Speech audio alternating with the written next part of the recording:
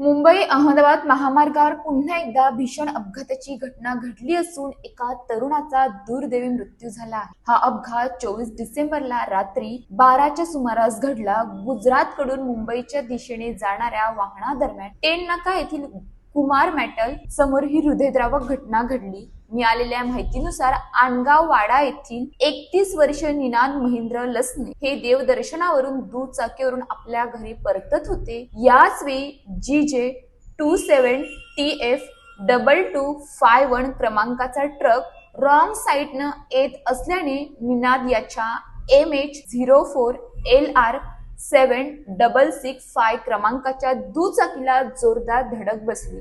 अपघात इतका भीषण होता की निनाद याचा घटनास्थळीच मृत्यू झाला। मिळालेल्या माहितीनुसार ट्रक चालकाच्या चुकीमुळे आणि रॉंग साइडने वाहन चालवल्यामुळे हा अपघात घडल्याचे सांगण्यात येत आहे।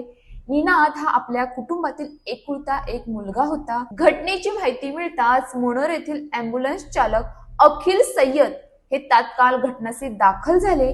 त्यांनी मृतदेह शवविच्छेदनासाठी मनोर ग्रामीण रुग्णालयात दाखल केला। अपघाताची बातमी कळताच निनादची कुटुंबीय तत्काळ रुग्णालयात दाखल झाले।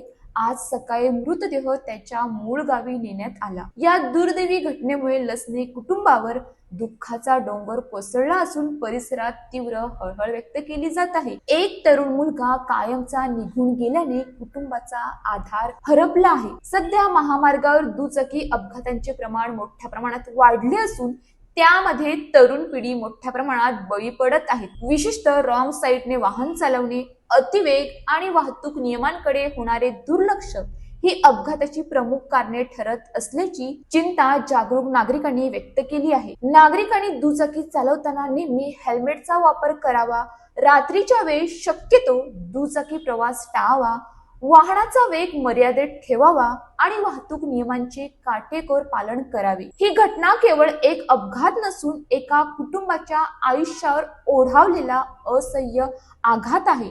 आज इतरांवर आलेले दुःख उद्या आपल्या दारात येऊ नये यासाठी प्रत्येकाने सजग राहणे अत्यंत गरजेचे आहे। अशाच ताज्या बातम्यांसाठी आमच्या न्यूज पोलीस रिपोर्टर चॅनलला लगेच सबस्क्राईब करा आणि बेल आयकॉन दाबायला विसरू नका।